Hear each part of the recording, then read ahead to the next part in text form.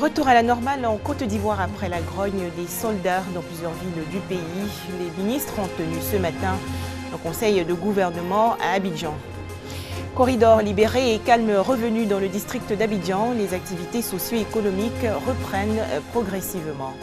Enfin, en Chine, la commémoration aujourd'hui du 51e anniversaire de la révolution culturelle. Elle a eu lieu le 16 mai 1966. Bonsoir à tous et merci d'être là ce soir sur RTI2. Fin du mouvement d'humeur des militaires en Côte d'Ivoire. Le calme est donc revenu aujourd'hui dans tout le pays.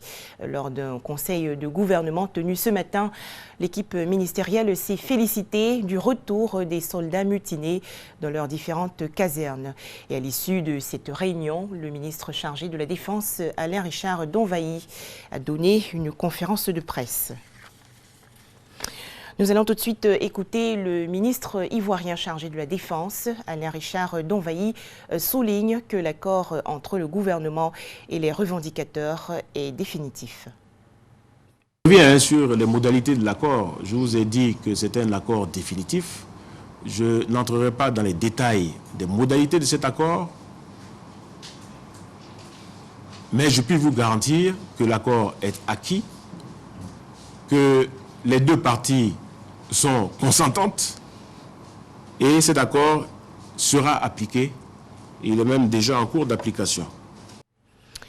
Fini donc la psychose. Les activités socio-économiques reprennent progressivement leur cours normal dans le district d'Abidjan. La commune de Yopougon, par exemple, renoue peu à peu avec son train-train quotidien. La circulation est fluide. Quelques commerces ont rouvert. Les explications de Éric Goré. Après quelques perturbations créées par le mécontentement des militaires, les activités ont repris ce mardi matin à Abidjan. Ici, nous sommes à Yopougon. La population affiche sa sérénité. La circulation est intense et les maquis bondés de monde. Nous faisons nos activités sans problème. Les clients sont là. Ils sont là et en tout cas, ils mangent, s'amusent. Vraiment, nous sommes dans la joie. On peut se déplacer comme on veut, voilà, parce que il n'y a rien à craindre. Tout le monde va à ses occupations. Après Yopougon, cap sur le plateau. Les écoles sont ouvertes et quelques élèves présents. À 7h30, quand je suis arrivé, j'ai remarqué que les bancs sont vides. Il y a eu d'autres professeurs et mes amis de classe ne sont pas arrivés. Même décor dans les administrations. Secrétaires, chefs de service et directeurs sont tous à leur poste. Ils sont là à peu près à 75-80% parce qu'il y a des gens quand même. Le petit personnel qui est un peu loin, dans les quartiers un peu éloignés, qui n'a pas l'information, qui n'a pas pu venir. Sans que la plupart des cadres sont là. Ça se passe bien, il n'y a pas de problème. Un tour au centre commercial du plateau. Quelques magasins sont ouverts et enregistrent déjà leurs premiers clients de la journée. Hier, il y avait des scies un peu partout. On a fermé les magasins, nous sommes allés à la maison. Et aujourd'hui, nous sommes revenus, Dieu merci, tout a repris. Il y a des clients qui viennent faire des achats. Si écoles, administrations, maquis et magasins sont ouverts, ce n'est pas le cas pour les établissements financiers qui restent toujours fermés au grand désarroi de leurs clients. Ce matin, j'étais venu voir ma gestionnaire, on avait un rendez-vous, mais malheureusement, je constate que c'est fermé. Bon, nous qui sommes à Mans, nous on a bien des permissions, soit 3 jours, soit 5 jours. Donc on vient croire que c'est fermé là, vraiment c'est un peu difficile. Une situation qui amène les guides religieux à lancer un message d'apaisement. Au-delà de tous les efforts consentis par nos autorités, je crois que l'Église aussi a un grand rôle à jouer. Là au point où nous sommes rendus, marchons d'un même pas. Un même pas veut dire que l'Église appelle la population à la repentance sincère et à une prière vraie pour que Dieu sauve la Côte d'Ivoire. Cette reprise des activités à Abidjan est la preuve que les Ivoiriens ont besoin de paix, de calme et de tranquillité.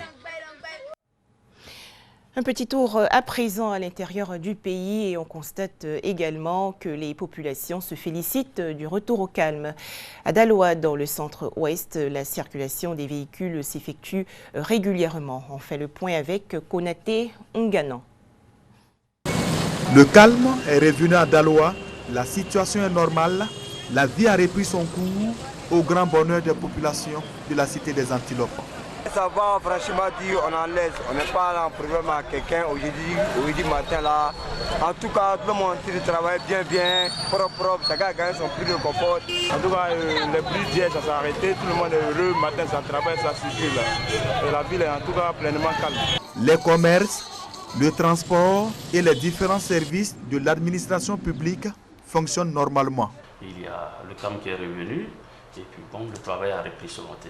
Nous sommes à nos postes et attendons les clients pour travailler. Hier, par rapport à la situation, on n'a pas pu continuer le travail. Ce matin, nous sommes là pour la reprise du travail. Je suis effectivement à mon poste. Les populations vaguent librement à leur occupation et la cité des Antilopes a retrouvé sa quiétude et son rythme de vie habituel. Voilà donc ce que nous pouvions dire sur le retour à la vie normale aujourd'hui en Côte d'Ivoire. Un tout autre sujet à présent, à Boisseau, dans la région sud de Comoé. Le lycée moderne de cette ville a accueilli récemment la 2e édition de son festival culturel. À travers ce rendez-vous, les organisateurs veulent contribuer à l'édification de la jeunesse ivoirienne. C'est un reportage de Thomas Guessambi.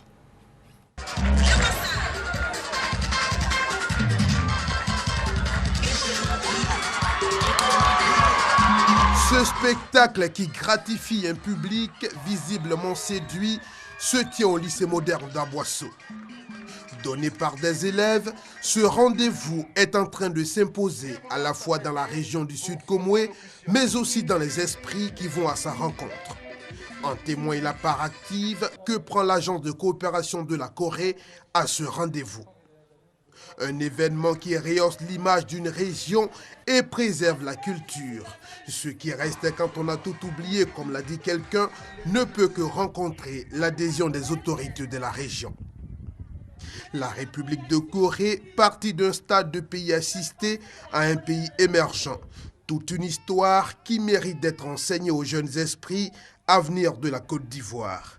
Un message que tenaient à partager les initiateurs du festival. Le Féculima a été initié pour éveiller les aptitudes que nos enfants, nos élèves ont en eux.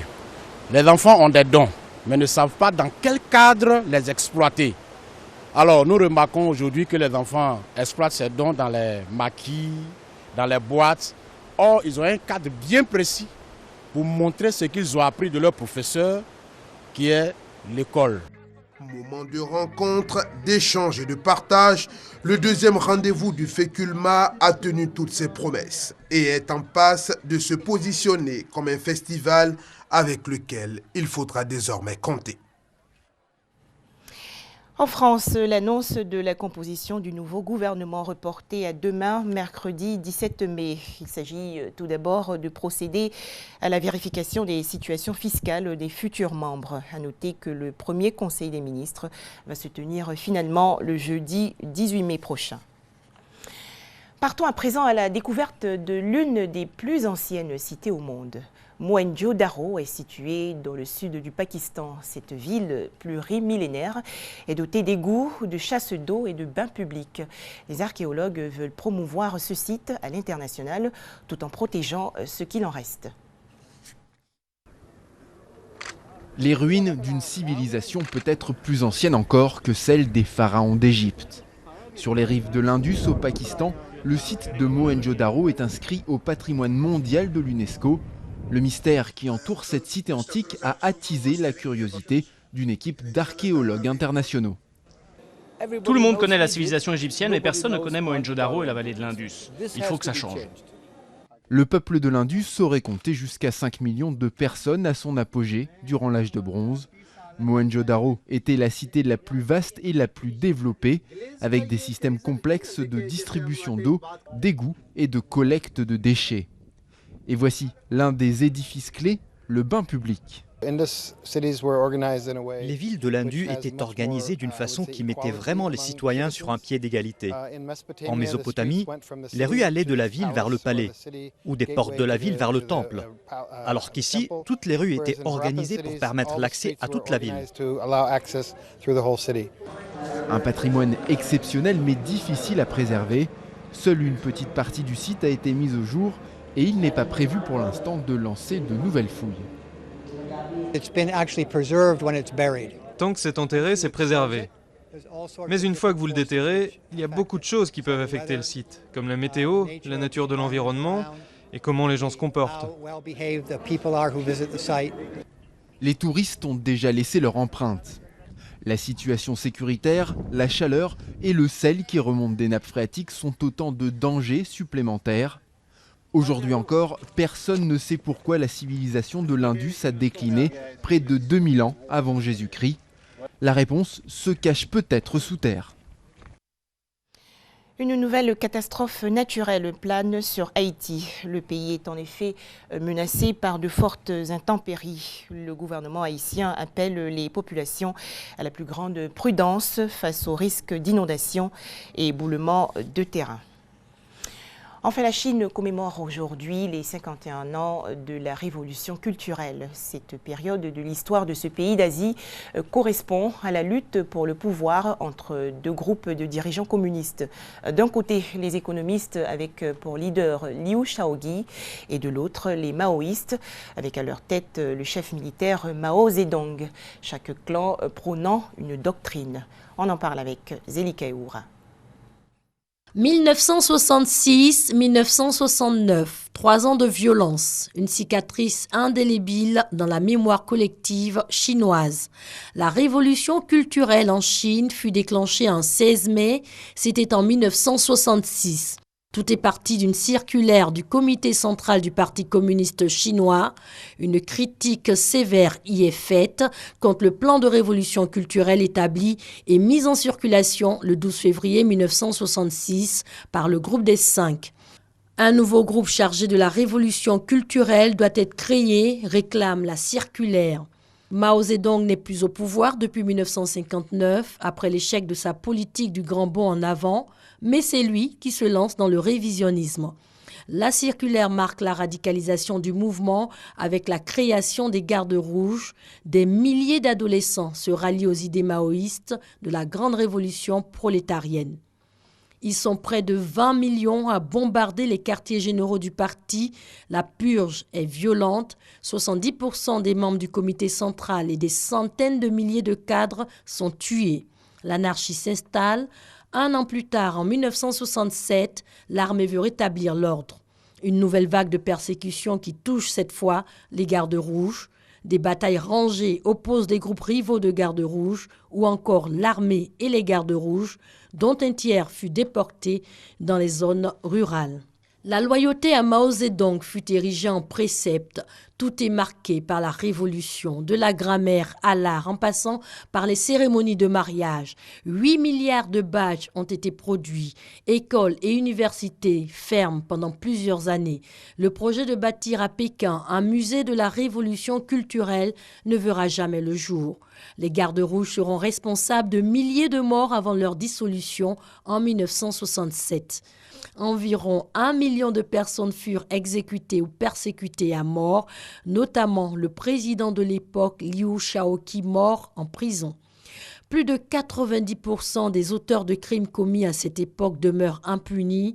En 1975, 12 millions de jeunes furent rééduqués à la campagne, 20 millions d'intellectuels déportés dans des camps de travail baptisés École du 7 mai. En juin 1976, Deng Xiaoping récupère le pouvoir par un coup d'État contre la bande des 4. Le 9 septembre 1976, Mao Zedong meurt. C'est la fin d'une époque meurtrière. Les moments clés de l'histoire de la Chine du XXe siècle, la révolution culturelle, la guerre de libération ou le grand bond en avant ont provoqué la mort de plus de 50 millions de personnes. Voilà, et on retient aujourd'hui dans l'actualité nationale la fin du mouvement d'humeur des militaires. Le calme est donc revenu dans tout le pays. Un conseil de gouvernement a été tenu ce matin. Très bonne soirée à tous sur RTI2.